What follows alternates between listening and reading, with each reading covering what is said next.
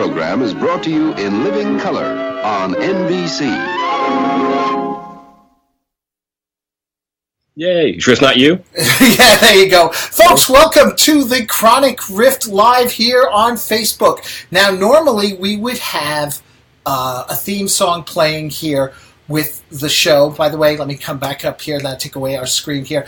I'm John Drew, and sitting to, I believe, my left, or my right, I don't know, it's hard to tell with the screen, is Kevin Lauderdale. And Hi, Kevin is a podcaster, author. He's here on the Chronic Rift Network with his own Presenting the Transcription feature, a look at old-time radio. So how you doing, Kevin? I'm doing good. It's cold where I am. You can tell that I'm wearing a sweatshirt here. It must be hot where you are because you're wearing a Hawaiian shirt. No, this is just me trying to keep warm thoughts, because actually it's negative 13 here in Brewster, New York. It's 6 degrees here in Annandale, Virginia. Well, on the bright side, this is going to be the end of it. Apparently, it's going to get warmer into the 30s and 40s. And for the most part, during the month of January, we're going to have some warm weather. There may be some snow still, but at least it won't be as frigid as it's been the last week. It's the wind. Yeah, welcome to the weather podcast, everybody. Yeah, exactly. It's the Weather Channel. What's the It's like problem people tuned in, they're like going, it's the Chronic Rift, they're back. And what are they doing? They're talking about the weather. Weather. So, here's the thing. Okay, now the Chronic Rift was a public access show. And then for about 5 years, it was an audio podcast. And then what happened was that, we stopped. I tried to bring it back in different ways from time to time. Then we did, like last year, 5 live episodes on air, but it was audio only, that went over YouTube. And they were good.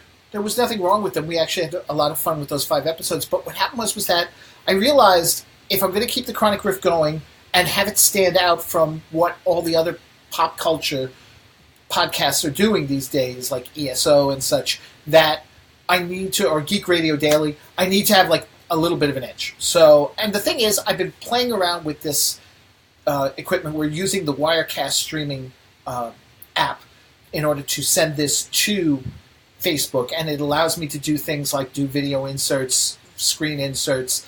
Like here I can bring in, here we go, here's Kevin Lauderdale. So I've got his name up on the screen now for you there.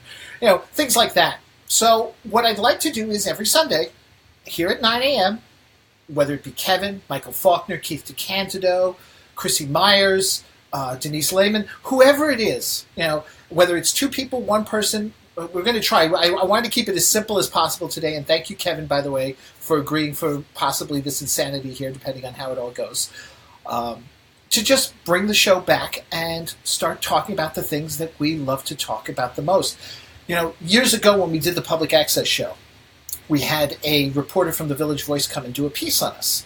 And one of the things he pointed out was the very Pollyanna, hey kids, let's do a show aspect of the Rift. But for some reason, it's always worked for us. Whereas, a lot of other people are probably like, hey, let's, schedule this and make sure this is on exact time. Now, I am going to be doing exact time as best I can. For instance, an hour. That's it. I when I started thinking about this, I was like, 2-hour show. And then I don't have the time to put together a 2-hour show. So 1 hour each week, whether it's something casual like this or whether I can get some people in to interview. And I do have some people who are on standby who've been waiting for me to get my act together and bring them on to talk about their books, to talk about their TV shows, or if we do the old roundtable and bring people in and have discussions. And in fact, and we'll talk more about it later on, there's a lot going on in 2018 that deserve roundtable discussion. So, one of the first things I'd like to do, Kevin, as we've been doing in every episode here, is what we call bringing it to the table. It's a segment where basically myself and my guests will talk about things that we're interested in, that we find, and we want to share with you, the audience. So, Kevin, let's get started with you. What are you bringing to the table this time around? I am engaging in shameless self-promotion. I'm bringing to the table the e-magazine Tales from the Canyons of the Damned, number 19. I hope it's number 19. If you pop that up on the screen there, does it say 19 in the corner? Oh, yeah. So, Tales of the Canyons of the Damned is an e-magazine. It is also available in paper print every month. And it's pretty much a labor of love by one man, Daniel Arthur Smith. He lives in New York. He is the editor of the publication. He also does all of the cover art, which is absolutely amazing. He's a fantastic artist. I got into contact with him a couple years ago, and he's doing this basically horror-themed publication. But he said, I'm open to variations on things. And so I said, I've got this story that I wrote called James and the Dark Grimoire. Now, those of you who are long-time listeners to The Rift will remember way back when, many years ago, we actually did a full-scale audio drama adaptation of this story. It's a comedy horror. I write these sort of P.G. Woodhouse-inspired comedy horror stories. And what I sent him was the story. And I'm sorry, I'm being distracted. I'm sorry. Am I distracting you? No, it's my wife. Thank you very much for the hot. Great. I'll need it for my voice. Thank you.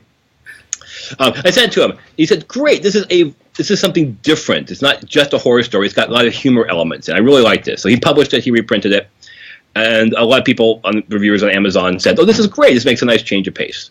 So I sent him another story, which I had, James and Reggie's story, which I had published someplace else. He said, great, I'll use this. And then he said to me, hey, you know what? I'd like to do a Halloween issue. Could you do for me a James and Reggie Halloween story?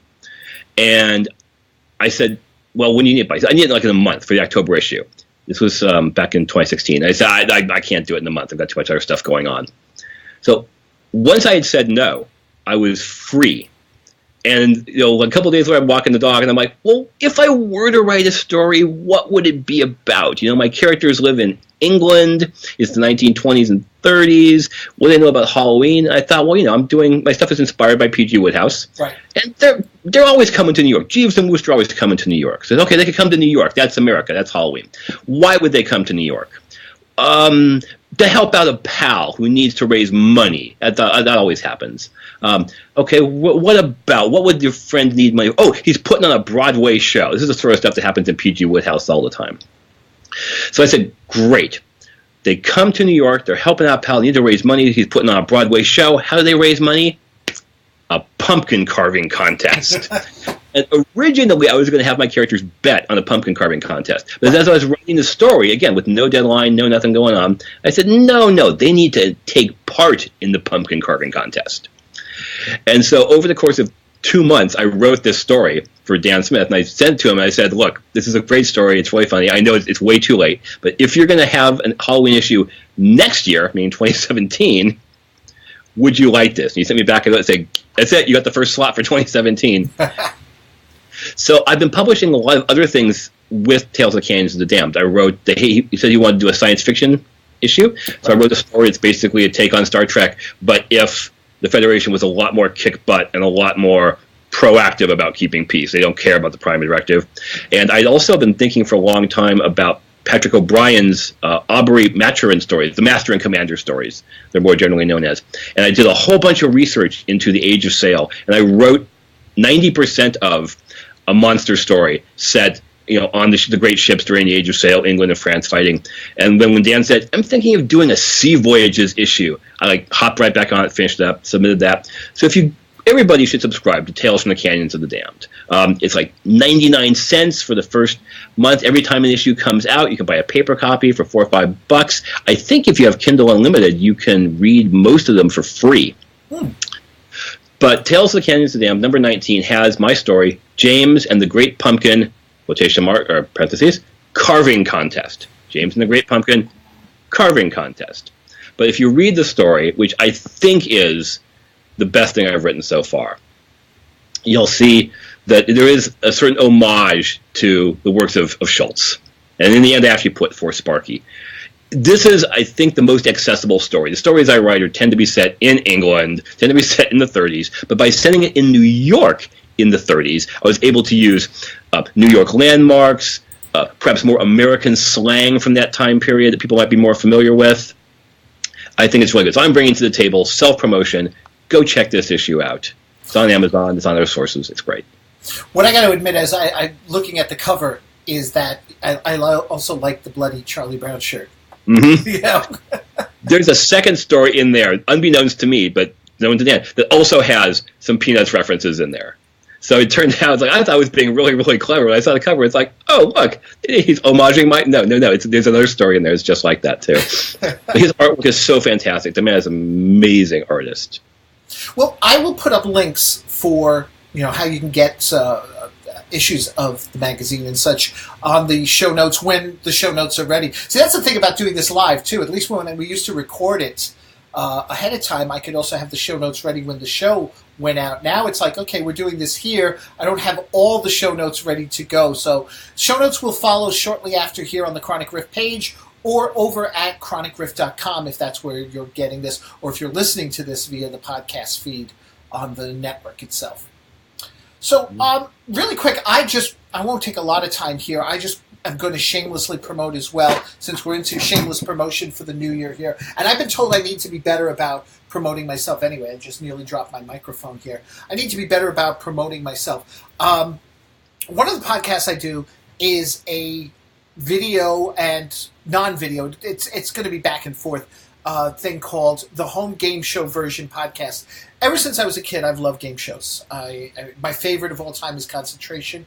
In particular, the Jack Nars version, because I just love Jack Nars. He was great on Now You See It as well. And what I've done is, over the years, I've managed to collect various home game versions of game shows on TV. I'm currently at just over 200 game shows. Yeah. Up there, those are actually... $6 Million Man and Bionic Woman board games. Oh, I'm sorry. Last time... Yeah. Oh, they are. Last time we were talking, you had a whole bunch of your game shows behind you. Yes, I know. Well, the last time when we talked, and we were on doing the video and stuff. I was also out in the bigger room. I'm in the little room here in the basement. How sad is that? It's like, yeah, I'm in my basement podcasting. But anyway, recently I did a live, just like this, online. Sort of overview of the game Password, which is the next game we're going to be playing on the podcast. Kevin, in fact, is going to be joining me with his wife, playing against Billy Flynn, our current champion of Geek Radio Daily, with his wife playing Password. Now, to be fair, we did try this once before, and we did it with the video, and the video just didn't work. So I've learned my lesson with this one. We're good because we had too many people on. I think that's what it was in the end, was 4 of you and then me as the host. So we're going to do an audio version instead. With then, I'll edit it with a video track of so that people can see the words and some other things as well in regards to the game. But take a look at it. I'm very proud of it. It's here on the Chronic Rift page currently as well because it runs on that feed. But it also has its own page here on Facebook if you get a chance. The Home Game Show Version Podcast. I'll put up links for that as well. So, we're going to take a quick break. And what we're going to do is when we come back, Kevin and I are going to talk about, since this is the brand new year, brand new Chronic Rift, we're going to talk about those things we're excited about for the year 2018. What the hell is this, the wonderful Billy Flynn? Just some podcast that's supposed to be geeky. Podcasting's Rich Siegfried. Did you try it? I'm not going to try it. You try it. Screw that noise. I'm not going to try it. Hey, Flintstress, let's get Mikey. Do you mean critically acclaimed comedy rock star Mikey Mason, who hosts the Beer Powered Time Machine podcast? Yeah. But he won't listen. He hates everything. Hi, I'm critically acclaimed comedy rock star Mikey Mason. I don't often listen to podcasts, but when I do, make mine Geek Radio Daily. Hey man, that's a different promo. Between love and madness lies Geek Radio Daily. That's kind of accurate. There are some things money can't buy. GRD is free online. Maybe she's born with it. Maybe it's Geek Radio Daily. We'll take it. Geek Radio Daily. All the geek without the wait. GeekRadioDaily.com.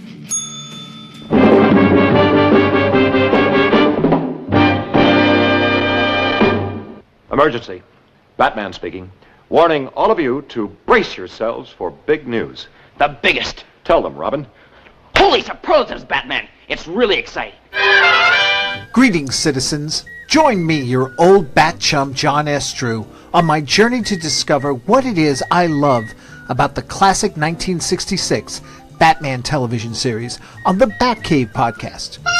Each episode, I'm joined by a guest host as we review the classic television series.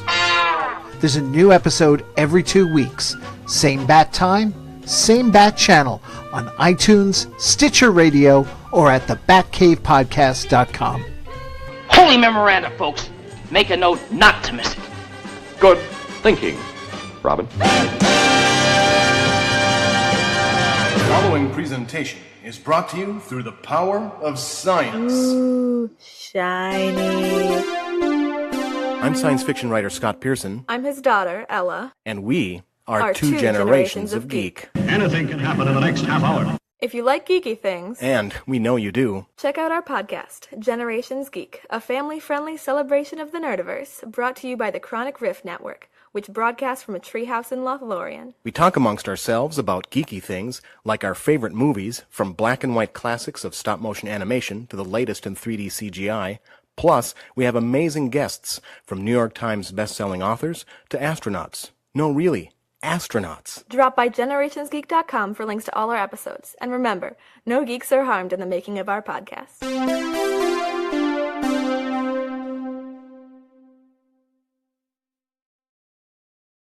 Do you like movies? Well, let me make you an offer that you can't refuse. Have you ever found yourself standing at the local Cineplex with that smell of freshly buttered popcorn wafting through your nostrils, wondering if that new Hugh Jackman movie is really worth your time? Or have you ever lamented about that time you spent scouring the vast expanse of the internet for movie and DVD release dates when, let's be honest, you'd rather be leveling up your troll hunter, working on the great American novel, or even watching kitten videos?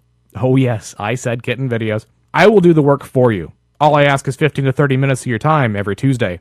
My name is Michael Faulkner, and every Tuesday is showtime at the weekly Podioplex, your audio guide to what's new at the box office, how the top 10 fared over the weekend, and what's coming to your home theater on DVD and Blu-ray.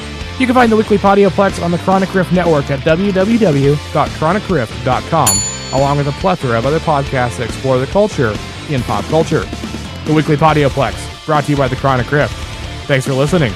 We'll see you at the theater. That's a wrap.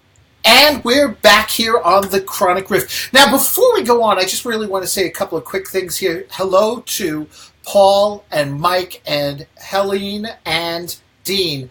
And thank you very much for the compliments about my Batman mug. Yes, I'm drinking my coffee this morning in my Batman mug. I mean, come on, I wouldn't be a Batman fan if I didn't have a Batman mug, or a Bat mug. I think my mug is from IKEA. They make everything, don't they? Yeah. Gosh, wow.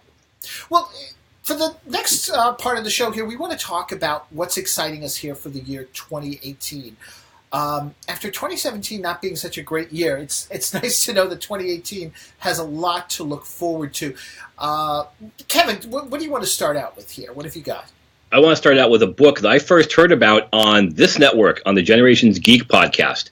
Dave Mack's first volume in his projected 3-volume series, The Dark Arts, The Midnight Front. Midnight Front is a secret history, not an alternate history. These books are going to be a secret history, what was going on behind the scenes of recent world events. This one is, the first one is set during the 40s, set during World War II.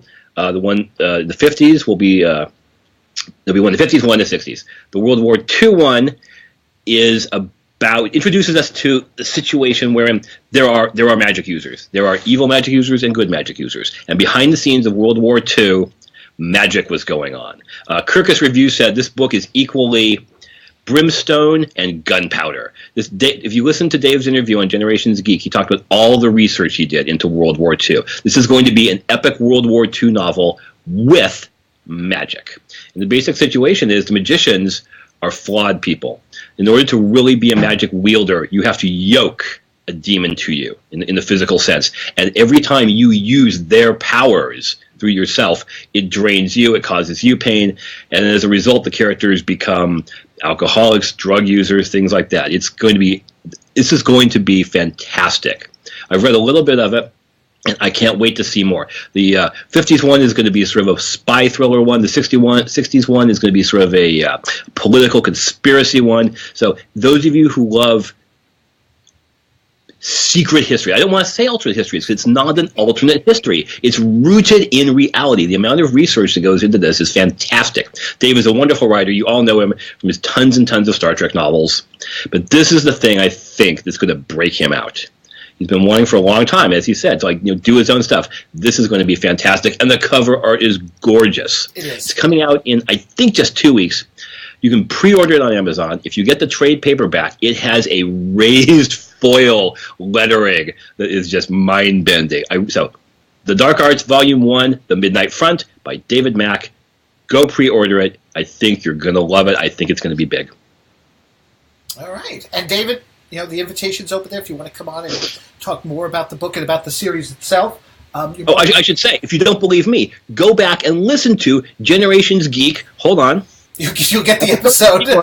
Episode 41, and listen, Dave's a wonderful storyteller. The entire thing is really interesting. If you want to, you can just skip to the last half hour where he talks in depth about this series. I think you'll be totally captivated. And there'll be more hits for us here on Chronic Riff, Generations Geek. Exactly. Yay, Scott Pearson. Yes. Scott Pearson and Ella. No, Ella was on that particular one. A point of that is okay. The whole thing about, Ella's really sorry to have missed you. Well, okay, for me, the big thing I'm really looking forward to is the month of June. And here's the thing. Overall, most of what I'm looking forward to in 2018 are almost like comfort things we're familiar with in terms of stuff that is coming out. Because in the month of June, we have a movie release of comfort movies. Jurassic World, the next movie in the series. Again, okay, it's not rocket science, but it's a good popcorn movie, it's a good summer movie. At least I enjoyed the last one. I didn't take it too seriously and such. So I'm looking forward to the next one. Just really quick, I had to glance over here.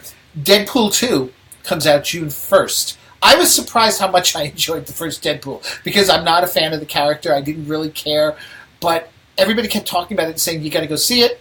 Okay. And I'm also looking forward to, in June, the long-awaited return of The Incredibles, because you've got The Incredibles 2 coming out. And that was one of those movies I was very late to the party in coming to see. I didn't see it until maybe just a couple of years ago, the first one. So I'm stoked about seeing this second one and just wondering... When did the first one come out? Seems like it's been forever. How long?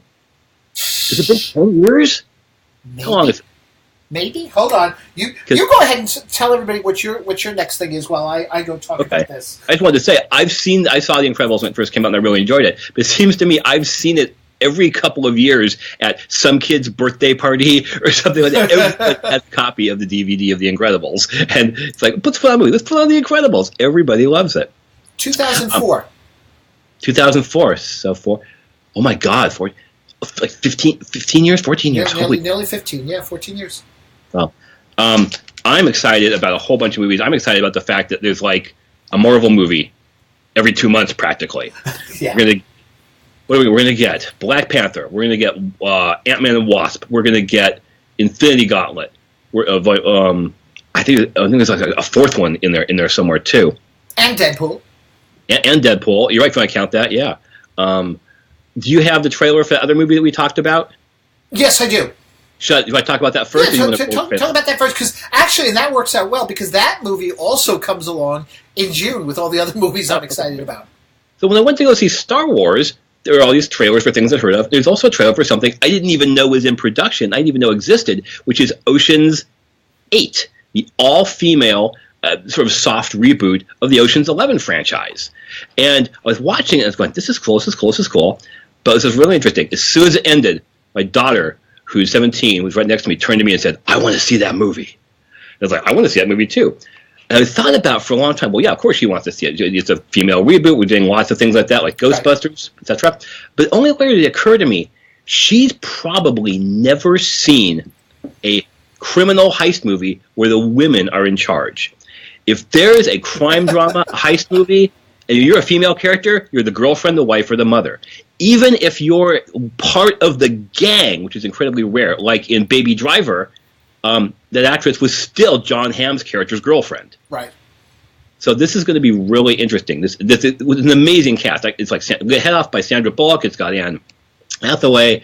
It's got the young woman who was in Spider-Man, I think.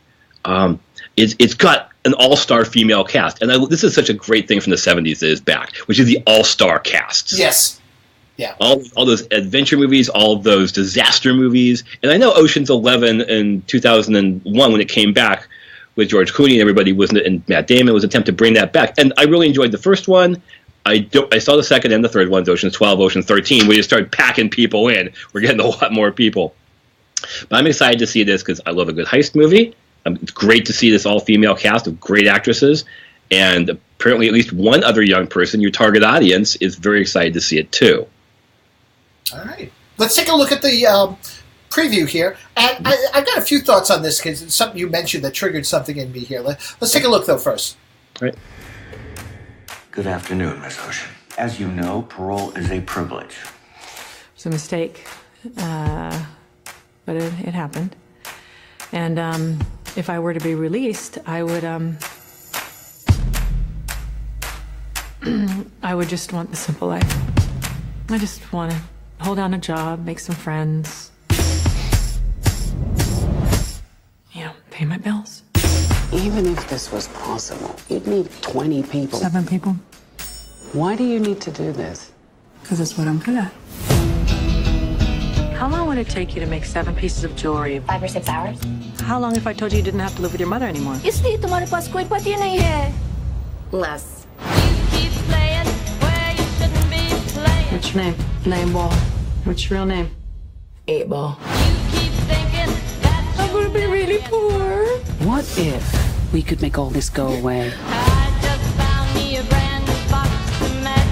Can I get my watch back, please? And hers as well? Sorry. It's okay. I am with my family. I told you not. Come in your garage. Do you want me to tell you how big the job No, is? I'm out. I'm gonna tell you how big the job is. I'll be back before you know it. Can I come with you? This is Mommy's very special work trip.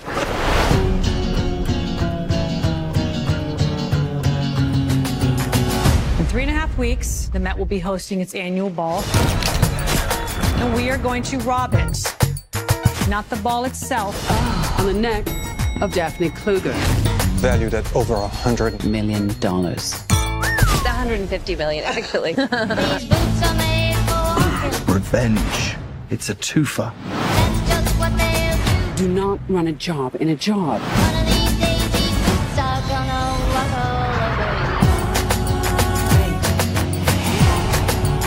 Taylor Swift? Can't we just go to this? Do we have to steal stuff? Yes.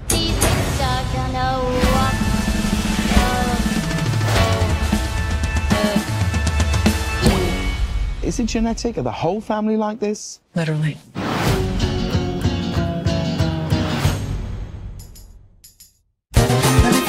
Okay. We're on. Okay. Well, sorry about that. I had made a small mistake. I had confused Awkwafina with Zendaya, who was in Spider-Man Homecoming. Here's who's in this movie. Sandra Bullock, Cate Blanchett, Anne Hathaway, Mindy Kaling, Sarah Paulson, Rihanna, Helena Bonham Carter, Awkwafina, Damian Lewis as the main villain, Richard Armitage as an art curator, James Corden as Debbie's confidant. Debbie is Sandra Bullock. This is going to be one heck of a cast. Okay, I got to ask, though, who's... I'm a 50-year-old, so who's Awkwafina? Awkwafina is, sorry.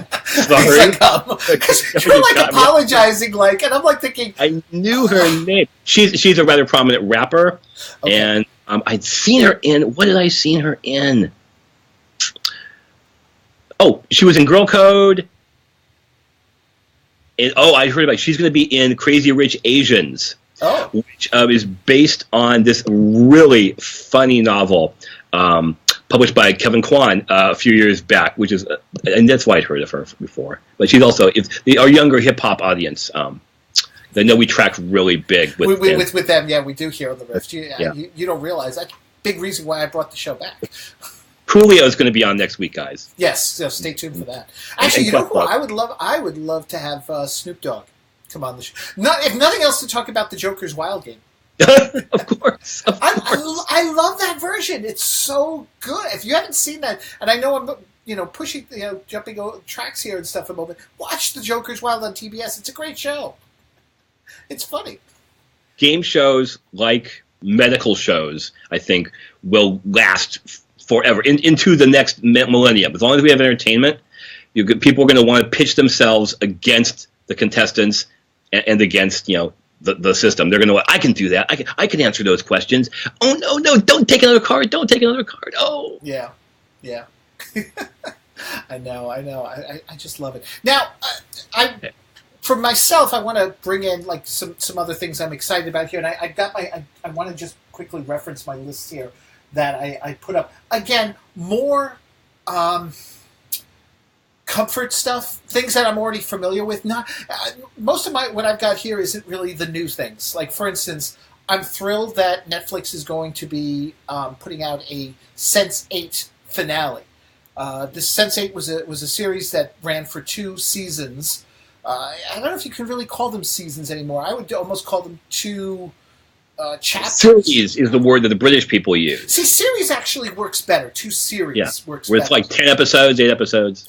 It's not even just the number. To me, season suggests that you watch it over a period of time, and the way that we now binge watch, a season just seems like such a waste of a term. I don't know. So I actually series. There were 2 series of Netflix's Sense8, and I thought the show was doing really well, considering it was the Wachowski brothers and J. Michael Straczynski who were writing and producing this show.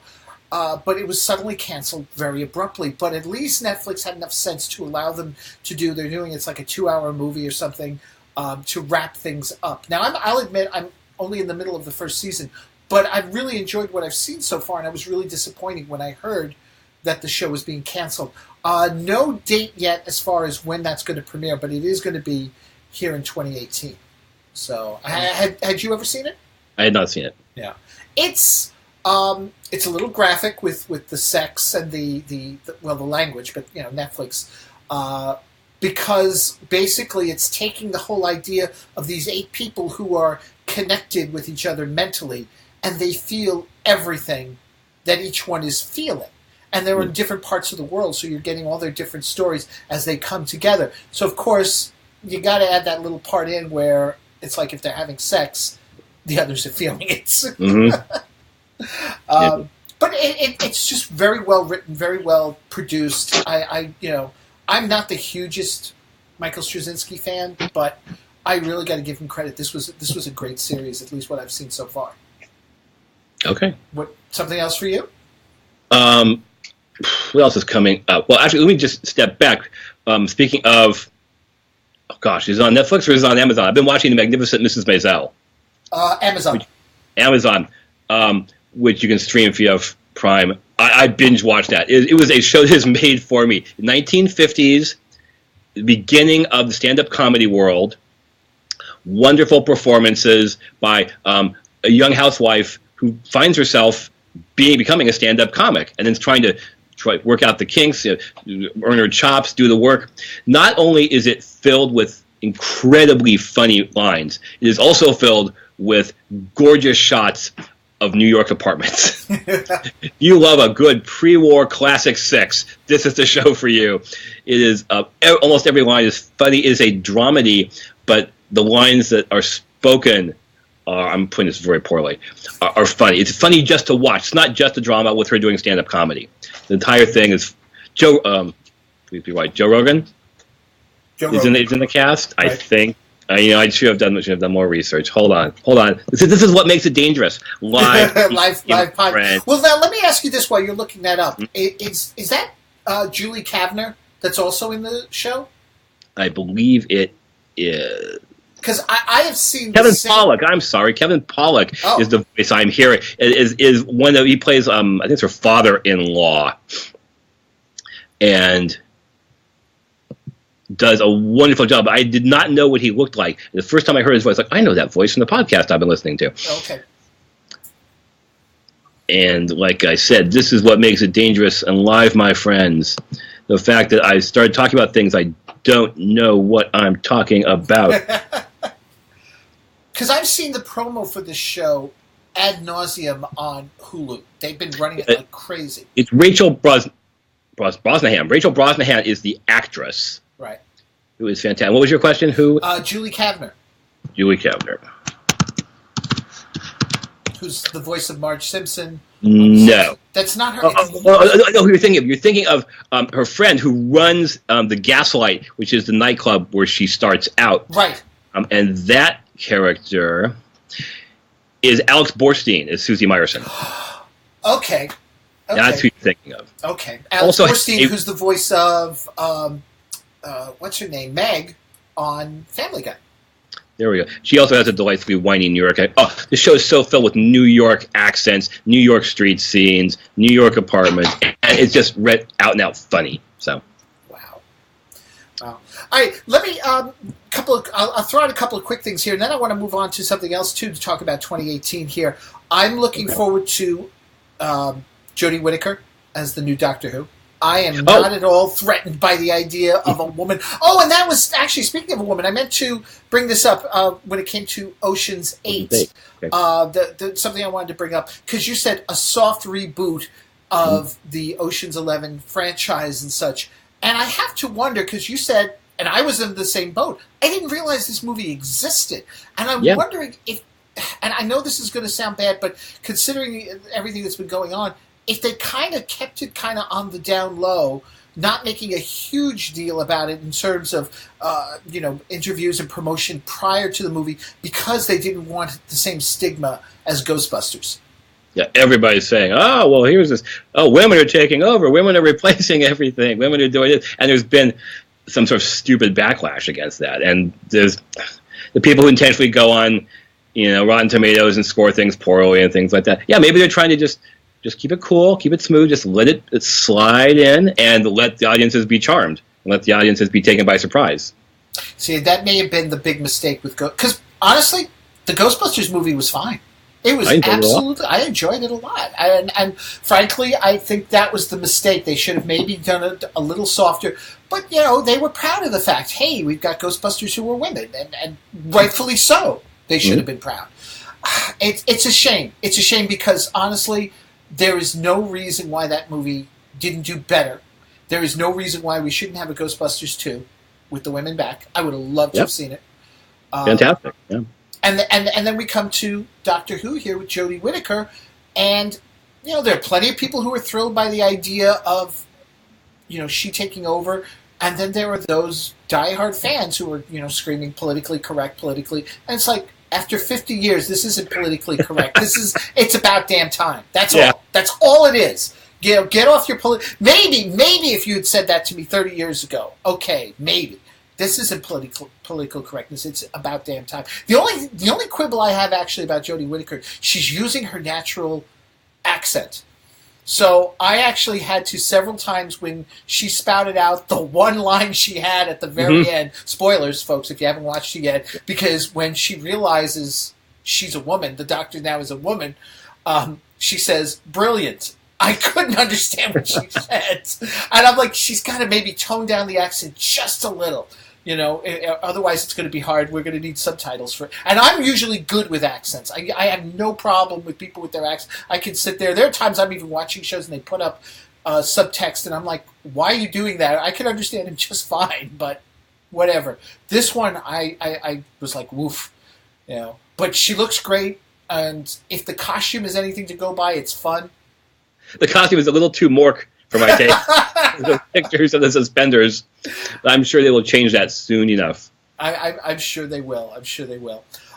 Just also really want to quickly say hello to Jerry and Bonnie, who joined us here on Facebook Live.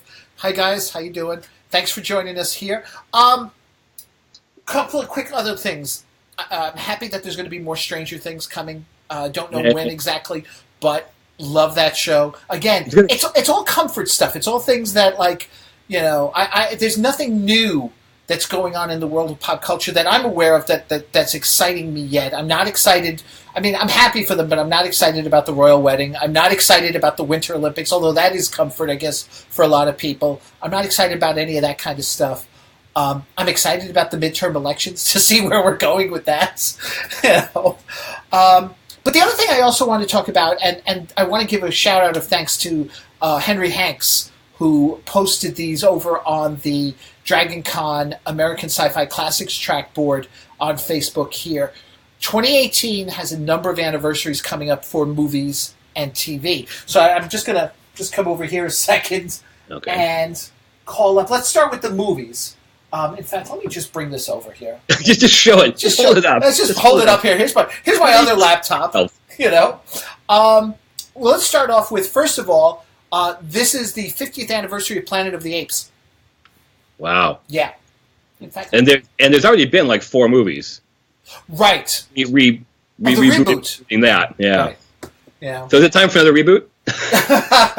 I hope not. I hope not. I'm enjoying this series immensely. I didn't think I would at first, because to me part of the charm was the what's the word I'm looking for? The practical effects of the makeup and actors being, the apes and stuff. I didn't think I'd enjoy it as much, and it's fantastic. So that said, somebody give Andy Serkis an honorary Academy Award for his body of work. Yeah. I mean, he's just amazing. I agree. This is the 25th anniversary of the movie Groundhog Day. Now I feel old. Well, you want to know the funny part? And this is the nice thing, at least. And I can also remember this is the 25th anniversary of when I met my wife. Oh, there we go. That's nice. Because our first date was we went out to see Groundhog Day. And that's when she knew. And that's when she knew, exactly. He's a crazy person. And and John knew. She sat through the entire movie with me, and she laughed. She's a keeper. She's a keeper, exactly. This is for Bruce Campbell fans, the 25th anniversary of Army of Darkness. Now I really feel old. See? So look at this. I watched that on videotape in college. Show you. Remember videotape, guys? Yes, I remember videotape. I had to think for a second. What was videotape? Let me have videotape. But this is insane. And that's a film that is practically a one-man job. The special effects were done, again, all practicals, all literally trick photography, done by like a hand, 2 or 3 people. It's just incredible. Right. Let's pull it off. It's the 50th anniversary. I'm sure you're aware of this one. 2001: A Space Odyssey. Yeah, I've heard of that before. Heard of that one before. What else have we got? The Lost in Space reboot turns 20. I know. I just threw that one in. I actually thought that movie was a little charming. I think they overdid the special effects. I think that was part of the problem. It needed to be a little cheesier. Yeah. Oh. Let's see. It's the 30th anniversary of Willow. A nice film. A very nice film. To show your kids. 35th anniversary of Return of the Jedi. Oh. Yay. So, and brief pause. For those of you who really complain, who didn't like the most recent Star Wars movie or haven't liked the most recent couple of them, I've listened to a lot of podcasts about this. I have very complex feelings about it myself. My biggest problem with the movies recently is that they did not turn me back into a 10-year-old boy. But the original trilogy still exists. You can always go back and watch those movies, as I probably have done every other year and probably will continue to do so every other year for the rest of my life. So yay, Return of the Jedi, a movie which I didn't think that much of when it first came out, but as I've watched it over the years, I've come to appreciate more and more and more, and I really like it. Okay. Big turns 30? There's a joke in there somewhere. Yeah, I know. And here we go. Apropos of the fact that we got Jurassic World coming out, Jurassic Park turns 25. A movie that really holds up. It really does. Again, because it's a combination of, there's a lot of digital effects in there, but it's seamlessly interwoven with practical models, 3D stuff, a handcrafted movie. Yeah. It really, really holds it. The way that CGI I don't understand. It's like they hit an apex with Jurassic Park and T2, and after that, like, with some cheaper level of CGI being used, because ever since then, nothing's been as smooth and as perfect. I don't know. I can tell you, I get some of the complaints that people had about, in particular, the Justice League movie this past year with the CGI there. The TV shows did a better effects than some of the stuff that was in Justice League, as far as I'm concerned. Yeah. Who Framed Roger Rabbit turns 30.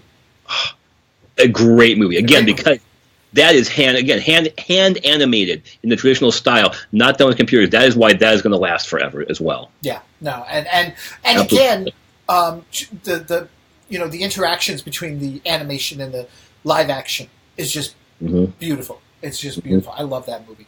I don't know if you've ever seen it. Armageddon turns 20. Oh yeah, I saw Armageddon. Yeah. I saw both of the asteroid movies that year that came out. All right, now here's the question: which was better in your opinion? The other one, what was the other one called? Deep Impact. Deep Impact. Okay, that's the one with Téa Leone, and who plays the president? Morgan Freeman. I like Morgan Freeman in that. I said so weird. I was just thinking about this. the one scene I remember that I really, really liked is it's like the scene where they're like meeting in a parking lot, and she says, because she's got like one clue, she knows the word Ellie, which is ELE, extension level event, and she's like I want to know what's going on. I want the people to know, and they're just brushing her away, and she's trying to goes, I know about Ellie. She doesn't know what it means. And like his handler was like, oh great, she knows what's going on, and he's like, and he turns to her and it's like, okay, I'll make you a deal. We're gonna have to go public. You won't say anything until that press conference. I'll give you the first question. And she thinks for a minute. She goes, okay, first question and a follow up. I just love that little bit of dialogue. The one bit of dialogue I remember from it. I was like, good for you, girl. I always remember her very last scene where she's standing on the beach with the father and the wave is approaching after the meteors hit. And that has always had an impact on me. A deep impact, in fact. I can't believe I just did that. A Fish Called Wanda turns 30. Good movie. One of those movies that other people seem to absolutely revere, like The Big Lebowski, that I've seen and I've enjoyed, but I don't revere it as much as other people do. I suppose other people go, what the hell is this Star Trek thing he's always about? What is he talking about these Star Wars movies all the time? So, De Gustibus Non Disputam Est. Yeah. Google it. But, an okay movie. Yeah. The reboot of, well, not the reboot, but the remake of The Avengers, the TV show, with... Liam Neeson? Not Liam Neeson, Ralph Fiennes. Ralph Fiennes and Uma Thurman as Mrs. Peel turns 20. I have yet to sit through the entire movie. Disappointing to me. It's very disappointing. The first 5 minutes, the opening sequence with Steed going through the obstacle course with the Avengers theme, and I think that's the only time the Avengers theme plays throughout the whole movie. Oh. That's it. After that, I never can finish it there. It's the 35th anniversary of Strange Brew. There we go. There's a classic. That's something that's not... There's a piece of nostalgia that has not really continued, which is Bob and Doug McKenzie. Yes. It's known by people pretty much our exact age, our exact cohort, but the rest of it seems to have dribbled off. Yeah. Yeah. Still stands the test of time. Yep. Barbarella turns 50. Man. I've only seen it once. I got to admit, I've only seen it once. Saw it once. I enjoyed it for its 60s aesthetic. Weirdness. Right. The Wiz turns 40. I love that movie. I saw it on television a long, long time ago. I remember the music. Mm-hmm. I saw it in the theater when it was originally. It was one of the first movies I ever saw. Was The Wiz. Loved it. Loved it. Christmas Story turns 35. Yes, I know I'm a cliche. Yes, I watch it. During Christmas, I will turn on whatever it is, TNT, TBS, in the hopes I will encounter the 24-hour marathon, and wherever I come in, I then sit there and I cycle through, and then I leave again. I love that movie. I love Gene Shepard. Thank God for the internet. And thank God for reel-to-reel recordings in the 1970s. When Gene Shepard was doing his radio show out there in New York, somebody, at least one person, was recording them off the air onto reel-to-reel copies. And as technology has increased, these have been distributed. At one point, I think you could get them on cassettes. When the internet came along, you could get them in MP3 on CDs. There was a Gene Shepard Preservation Society, which would send you CDs of the MP3 that you could copy. You would have your own. Now it's always available on the internet. Gene Shepard, a monologist, a humorist, a genius. If you like A Christmas Story, just search it out. It's on archive.org probably, somewhere. Listen to his shows. They were just off the top of his head. He's just going. He's just going. He's just going. Right. Wonderful writer, wonderful man. Mm-hmm. Now, did you see the live version they did on Fox during Christmas this year? I did not. No, I was something else. Okay, that's your reason. I'm just saying I refuse to. It's like, why? Why? I'm sorry. You have perfection there. We don't need another version. So, I just refuse to see it. Two last ones here. I've skipped over a bunch, but Superman the movie turns 40. Yay. I mean, for a lot of people, that is their favorite superhero movie. It is in my top 5. It is so perfectly done. Christopher Reeve was so good. Mm-hmm. He was so perfect at being Superman and at being Clark Kent. And it also proved you could do a superhero movie without it being silly. I mean, it can have its moments of silliness, but not be a silly movie. Without being camp, without being the Batman movie. Right, exactly. And speaking of Batman Mask of the Phantasm turns 25. Did I see that in the theater? Was it in the theater? It was in the theater. I saw it in the theater. I think when I saw it in the theater, I remember being I love the visual because it's the anime is TAS. It's the style is the same as the animated series. Yes, which was so gorgeous. Yeah. Yeah. We have to revisit that one. Now we don't have a whole lot of time left. I'm going to cycle through these a little quicker here, but some TV anniversaries as well. We just passed on January 3rd the 25th anniversary of Deep Space Nine. Yay. Yeah. All these are available on various streaming platforms. At the very least, probably on CBS All Access. Right. But, yeah. Which you can watch Discovery. I'm excited Discovery is coming back in 7 hours. Actually, I completely forgot to bring that up too. Yeah. Here's the thing about Discovery. I wasn't impressed with it the first time around watching it. I watched it. I don't know what it was. I just didn't latch onto it. But over the Christmas break, every night I watched an episode, and I fell in love with it. I mean, I was like, wow, I get it now this time. Maybe it was because the way they've got the episodes all linked together, a week's time in between just didn't work for me. I needed to have a more, constant connection. I'm really tired of reading Klingon subtitles, though. I know. Get rid of that. But I'm enjoying it more and more. I think that they perhaps maybe even should have cut the first 2 episodes, and just started with the 3rd episode. Sort of in media res. I didn't need to see some of that. But I like each episode more and more. Each episode seems to be getting better and better, and maybe that's just I'm building up more of a framework in my mind. And one of my favorites, which I was like, going into it, I was loath to even think it existed because I'm so sick and tired of it with Trek, because I don't always think they do it well, was the time loop episode with Harry Mudd. Mm-hmm. I thought they did a fantastic job with that one. Yeah, the TNG episode is absolutely great, and I was like, oh, is that what we're doing again? But it's like, no, they did it differently. Yeah. And apparently now we're in the mirror universe, or we're somewhere. Oh, one more thing. I really like the way the ship transports. The way the ship flips. I love that visual. It's a great visual, but it took a little getting used to for me, because to me it was just like, wow. I mean, I know we break a lot of the rules of physics and space and the whole thing in general with Star Trek. We've got, sound effects as the ships whoosh by and all. But that took the most to wrap my head around and say, okay, But I'm good with it. I'm good.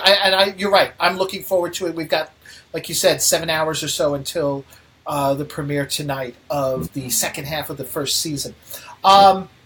We've got the 35th anniversary of Wizards and Warriors.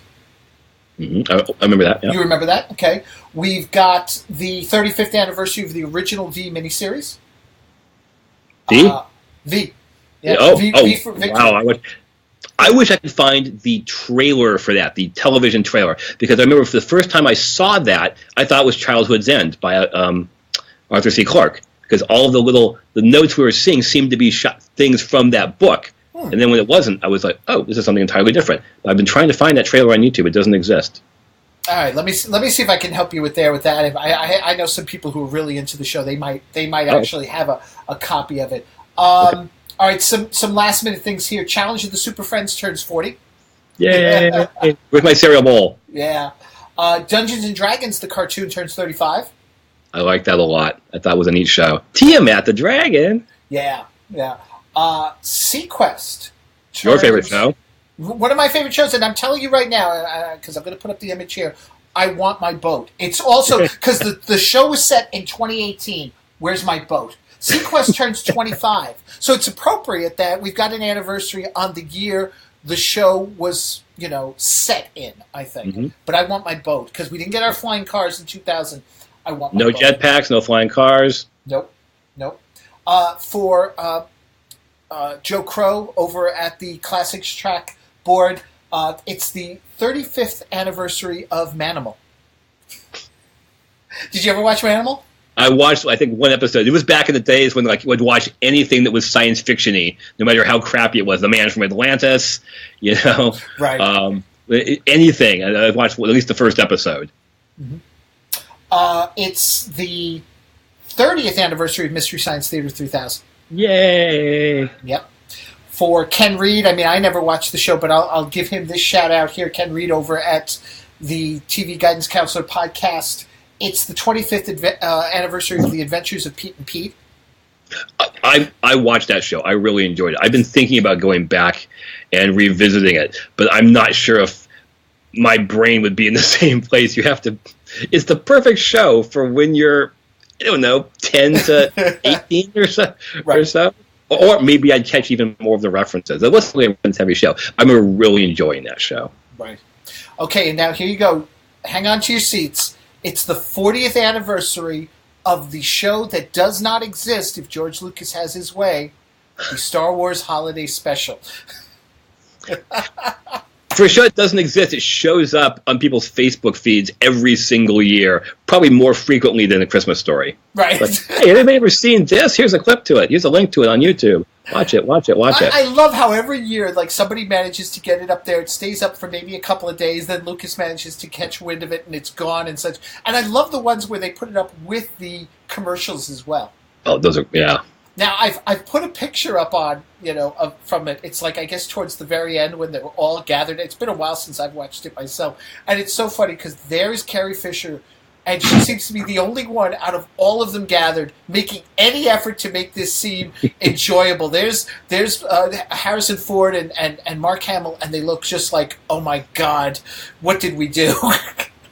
And yet she's got this look as she's singing away, because I guess they're singing at the end there. Chewbacca looks nonplussed, and of course R2-D2 and C-3PO, we don't get anything off them. But yeah, God.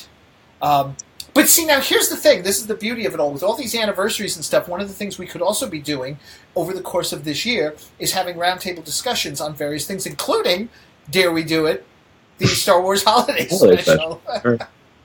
Bring in a few people and we could talk about it here on the show. That is possible. Anything is possible. Anything's possible. So 2018, anything's possible. And who knows, maybe there'll be another episode next week of the Chronic Rift. So, folks, that's going to do it here for this episode. We got a couple of minutes left. Kevin, just want to give you a quick moment to plug your podcast there. Because you made a note about a That's right. That's right. So my podcast here on the Chronic Rift Network is presenting the transcription feature, which features old-time radio shows from the golden age of radio from the 30s into the end of the 50s. Usually I do a comedy and a drama or a game show or something like that. Sometimes I do an hour-long dramatization is done by an old-time radio show. But I also provide annotations at the beginning, so when there's an Alf Landon joke in an episode, you'll be prepared for that. But I was just thinking, I just sent you, I have not numbered them officially, but I keep track of them on my spreadsheet. I just sent you episode 76. I usually do 2 episodes a month. Right. 2 times 12 is 24, plus 76. It is entirely possible that this year, 2018, one of the Christmas episodes will be episode 100 of presenting the transcription feature. I don't know if I'll do anything special for that. But if you're driving a lot and you're tired of audiobooks, download some episodes of presenting the transcription feature. You'll get some laughs, you'll get some quiz shows, you'll get some radio drama. I like it a lot. That's why I do it. I'm so glad John asked me to take over for him when you were going to work on your master's degree, I think was the reason. Right, and I couldn't spend all the time doing all the podcasts and stuff that I was doing, so I needed to cut some things loose. And I really do appreciate you picking up my slack there, because it's a fantastic show the way you do. Because you also the annotations and stuff. I don't always have the time to get that detailed, and I love that about the show. I really enjoy it. I enjoy the show a lot myself. I love old time radio. I love pop culture, and the references are pop culture references from the 1930s, 40s, and 50s. Very cool, very cool. And in fact, actually, you've got an episode coming here on the 12th, here on the Rift.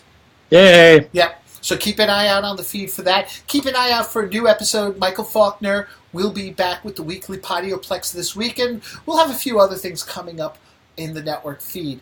So that's going to do it then for this episode. Make sure you stay tuned. We'll be back next Sunday here at 9 a.m., maybe we'll do a Deep Space Nine episode. We'll see. Again, I'm playing it a little loose until I start solidifying and seeing how things are going to be working here. But until then, folks, take care. Sorry, we're not going out with any closing music. But hopefully I'll also have that for next week as well. Thank you so much for watching. And if you're listening on the network itself, thank you so much for listening. Write us at john@chronicriff.com or head over to chronicriff.com. Leave us a message on the page there. We can do a voicemail message, and maybe we'll play it here on a future episode. So until then, Kevin, everyone, take care. Bye-bye.